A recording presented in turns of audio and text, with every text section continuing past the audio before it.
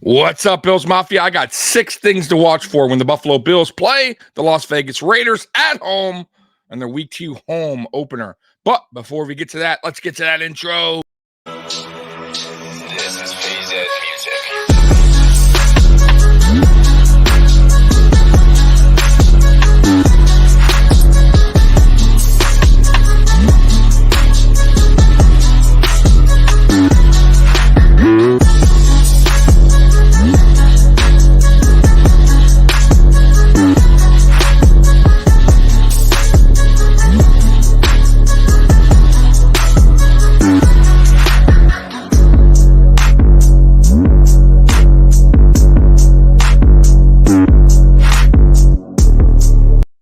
Welcome to the Mafia Sports Report. I am Tommy. Please like, subscribe, hit that notification bell because I always forget to tell you.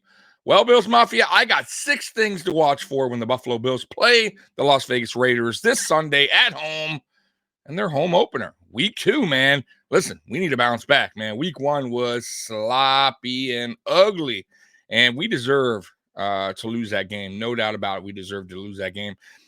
Even if we win that game, I'm still pissed off about that performance. But this is a bounce back game right here for us. We need to show that last week is not this, is not who we are. And so let's take a look at this. By the way, this is shout out to Bills Wire for creating this article as well. All right. First things first, a response. Yeah. The Bills need a response. It sounds simple, but so did beating the New York Jets without Aaron Rodgers, New Jersey Jets. Can Sean McDermott get his team ready to go, firing on all cylinders from the start? One thing working in his favor is it's the home opener in Buffalo, essentially a holiday in Western New York. That can help. I agree, man. Bills Mafia is going to bring it like they always do. And this is definitely a game that the Buffalo Bills need to answer with a response. No doubt about it. Listen, I think the Buffalo Bills need to come out swinging, man. And this needs to be a win that is not close. They need to make a statement here that what you saw last week was just some week 1 rust. And, that's not who we are. And listen, if this game's close or they play sloppy again, there is some room for concern, in my opinion. But I don't think that's going to be the case. I think the Buffalo Bills are going to come out swinging. Home game, Bills Mafia is going to be hyped up. Hopefully Josh Allen, settles his ass down and plays smarter football. Because if we get the smarter Josh Allen, right, and we've seen it before, guys, right? Josh Allen is a stud, man. The dude's a beast when he's on. That's the Josh Allen we need. We don't need the hero ball Josh Allen. We need the guy that plays hero ball when it's necessary, not hero ball when it's not necessary. And that's what's been going on with Josh Allen. But let's get to the next thing. All right. A step for Terrell. Terrell Bernard had some growing pains in his first game as a starter last week. It's very fair to give him some time to settle in, but it would be helpful for Bernard to show some improvement against the Raiders. Calls for Christian Kirksey could start to grow after he signed to Buffalo's practice squad. And yeah, listen, I agree, man. I really think that you're going to see Kirksey by week 3, week 4, as your starting middle linebacker. I just do. I didn't think Bernard played terrible week 1, but I just don't think he's the answer. I think he's way too undersized, and we need a veteran middle linebacker in there, somebody that can handle that position right now. And Kirksey's probably going to be that guy by week 3, week 4, unless Bernard really takes a step forward in the next 2 weeks. This, obviously tomorrow and possibly next week. But last week, I didn't think he was terrible, but I also didn't think he was good either. All right, next up, stop the stars. It's pretty straightforward to different degrees. Every NFL team has their set of best players, and you want to stop them from having a good game. In terms of the Raiders, it's very true. While some might overlook quarterback Jimmy Garoppolo, he has 2 fantastic weapons around him, Devontae Adams and running back Josh Jacobs. Adams has led the NFL in touchdowns, and Jacobs had the league in rushing yards. Stop them at all cost. After giving up a chunk of yards on the ground against the Jets, the Bills might be looking towards slowing down Jacobs more. I agree, man. Listen, the Raiders will this is how the Raiders beat the Bills if they beat the Bills Sunday. They run the ball and keep running it until us and see if we could stop it. If we can't stop it, they're going to control the clock and they're going to beat us on the ground, plain and simple. But if the Buffalo Bills can stop the run, I believe they won this game, no doubt about it. But they have yet to prove they can stop big chunk yardage in the run game. And Josh Jacobs is no joke. He will take it to the house. So if the Buffalo Bills can stop the run against the Raiders, they're going to win that game. Listen, Jimmy G is good, but this Bills defense is going to get after him. And if it comes down to a passing game for the Raiders, they're going to lose that battle because the Bills are going to get after him. Jimmy G is a pocket passer. He holds the ball a lot. He takes some hits. Y'all know his injury career. His career has been full of injuries because of that. And I just think the Bills will, be on the attack if that's what they're, if that's what they wind up doing. Because last week, I got to be honest with you, the Raiders didn't run much, and I really feel like that's going to be a big mistake if they had that game plan going against the Buffalo Bills, which I have a feeling they're going to test this out early. They're going to run the ball early on to see if this Bills defense can stop the run. And if we do, then that's when the Buffalo Bills defense will definitely start to shine and get some, big hits on Jimmy G. So, all right, next up, more 12. I agree.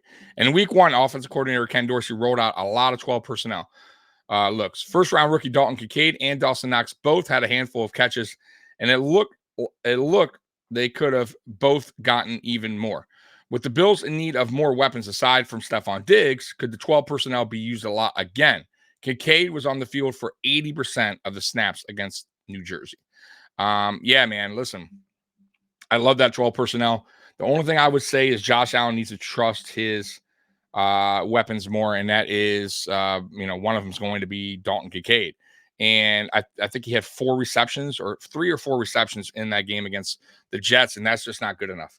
I think Josh Allen needs to start trusting his weapons more, including his receivers like Trent Sherfield, who had no targets, including Gabe Davis, who only had 2 or 3 targets.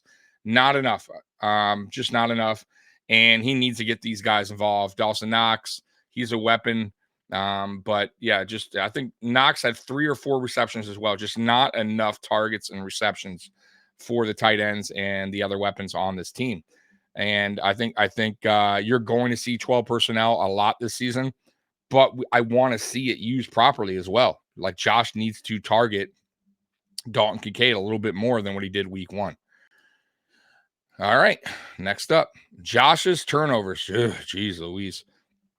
On the surface, of course, Josh Allen has to stop turning the ball over. The Bills quarterback did 4 times last week, and you rarely win games in that manner. On top of that, Garoppolo is one of the best at not turning it over. In 2022, he had only 4 total interceptions. Allen had 14. Yikes. And I understand that, but once again, this falls back. This is an Allen problem. I know a lot of you guys want to point at the coordinator, but if you go back to 2021 under Brian Dable, Josh Allen had 15 interceptions. So he actually had more interceptions under Brian Dable in 2021 than he did with Ken Dorsey. But really, it's the same thing. 15, 14. It's way too many turnovers, way too many interceptions. Josh has to start to really look in the mirror and understand that this is a team game.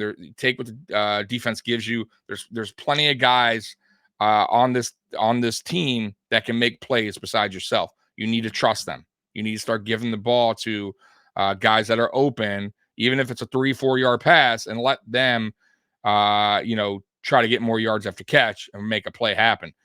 You don't always have to go for the home run every single time at plate. So that's what Josh needs to really start to learn, and obviously protecting the ball more. When he has the ball, when he's running the ball, protect his body more. There's a lot to it that Josh really needs to stop doing that's really hurting this team. And I think he understands that. It's just when he gets on the field, is when things don't always register, and he just wants to do what he wants to do, and it doesn't work that way. All right, next up, special team adjustments. Oh, man, bad last week. The Bills allowed a game-winning punt return against the Jets in that 22-16 overtime loss last week.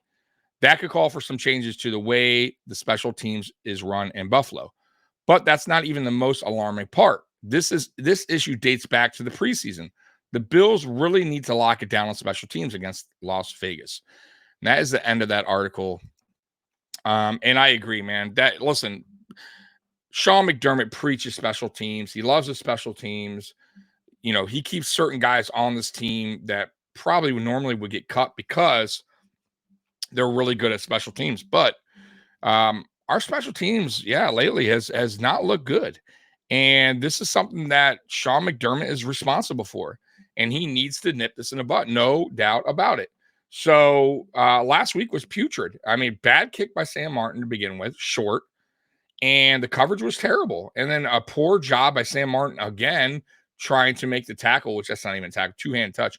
Just poor overall special teams. And, other than Tyler Bass, who did his job and made all his field goals, the rest of the special teams units just was not good enough. And it cost us the game at the end. But I don't blame the special teams for losing the game in a total fashion, because that's on Josh Allen. But the special teams did give up the final play that ultimately sealed the deal and got the Jets to win. So that needs to definitely be cleaned up, no doubt about it. But anyways, guys, man, that is my takeaways. And I guess I'll throw a couple bonuses in there. Another bonus, a takeaway. Sean McDermott, do your job. We need you to step up as a head coach. I love you. I love what you've done for Buffalo. I love the fact that you gotten this team to the playoffs 5 out of 6 years. I love the fact that you changed the culture here in Buffalo. I love the fact that, everything that happened last year, you handled it very well, from the offseason to all the injuries to Damar Hamlin issue. Like, you really pulled the guys together, and we love you for that. But we need you to do more. We need you to get this team to a Super Bowl. Ultimately, that's the goal, right? Playoffs is not like the goal. The goal now is the Super Bowl. Like, playoffs for us a while back was the goal, right? Like, because we were not in the playoffs for 17 seasons. I get it. And we were happy with that. We couldn't believe it in 2017. We finally got to the playoffs. And even though we lost, we still were happy as a fan base because we finally broke that streak. And then when we went on this streak in 2020 of winning the AFC East championships, we finally broke that, Patriots run. That was another thing that we are so proud of, right? We finally did it. We finally are kings of the East. And now we've won 3 consecutive. And I get that. We've proven that we can be the top dog in the AFC East, but we want more, and we should want more. And Sean McDermott needs to figure out what is going on this season with him hitting a wall and not being able to figure that out when it's playoff time. And so I think really I want to see more out of him week 2. I thought week 1 he did okay as a head coach. I thought there was some bad clock management. I didn't like the fact that he wasn't talking really much to the offense, especially Josh Allen, when things weren't going right. I get that he was pointing at his head saying play smart, but that, sometimes, your star quarterback needs, coach go over there and talk to him one-on-one a little bit more. And I think Sean McDermott, because he has so much on his plate and he's a defense coordinator now, he just doesn't have the time to communicate with every aspect of the game. And I think that hopefully that doesn't hurt him going forward, because we need him as a head coach. We don't need him just primarily calling defense and kind of forgetting his real duties, which is head coach. So we'll see how that goes. It's way early, guys. I'm not judging him now on week 1 and saying he's should be fired or anything like that. So don't get at me like that. I told you guys I'm riding with Sean McDermott this year, but this is my last season with him as far as me, having his back as being head coach. Also Ken Dorsey as well. You guys know I've been big on Ken Dorsey as I've been saying to everybody, hey, give this dude a chance. He wasn't as bad as you guys say he was last season, but I saw no improvement in week one entering this season against the Jets. I saw nothing. And I really thought that Ken Dorsey was going to show us a little bit more now that we gave him the extra weapons he needed to make this offense go a little better, right? And then we get this offense going. And I just kind of felt like I saw what I saw at the tail end of last season, which was very basic offense, very vanilla, no creativity, no in-game adjustments. And that lies on Ken Dorsey, and Josh Allen obviously doesn't help, but, with the turnovers. But Ken Dorsey ultimately is responsible for some of these things as well. The overtime 2nd and 15, it was outrageous. That's a terrible play call. If that was the second quarter, third quarter, I understand.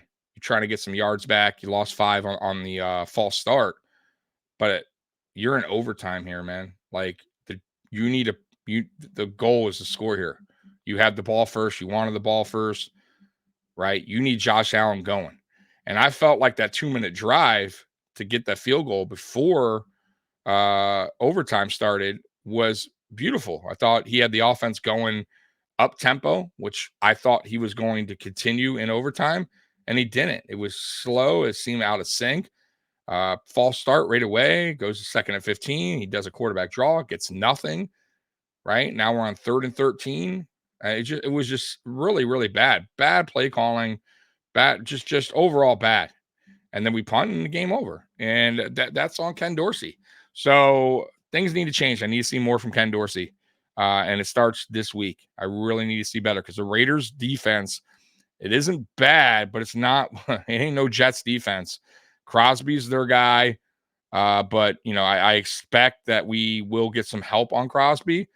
And, this offensive line should also look better against this Raiders defense, and give Josh Allen a little bit more time than they did against the Jets. And though I do have to say, even against the Jets, I thought the offensive line pass protection was okay. I didn't think it was that bad. The run blocking was terrible. Once again, we cannot just we can't figure out how to run block properly, and that also needs to be fixed. And I've been a big supporter of Aaron Kromer as well, and he was one of the best offensive line coaches in the league, and this is his second season, and I have yet to see any improvement with the run blocking. So get your guys in order, man. Get this thing going. So anyways, Bills Mafia, I love you. We'll be here real quick at 6:00 Eastern today, AFC East Shakedown. Remember, that's not going to be here today. That's going to be on Sports Jedi Network. If you need to know the channel link, it's in my homepage on YouTube. So you click my homepage, you will see Sports Jedi Network. You just click the link. It'll take you to his channel. Subscribe to his channel. It's at 6:00, AFC Shakedown. You don't want to miss it. And then obviously we will be here post-game Sunday, me and Mikey, right after the game to talk Buffalo Bills football. So anyways, Bills Mafia, I love you. And as always, go Bills. I'm out of here. Peace.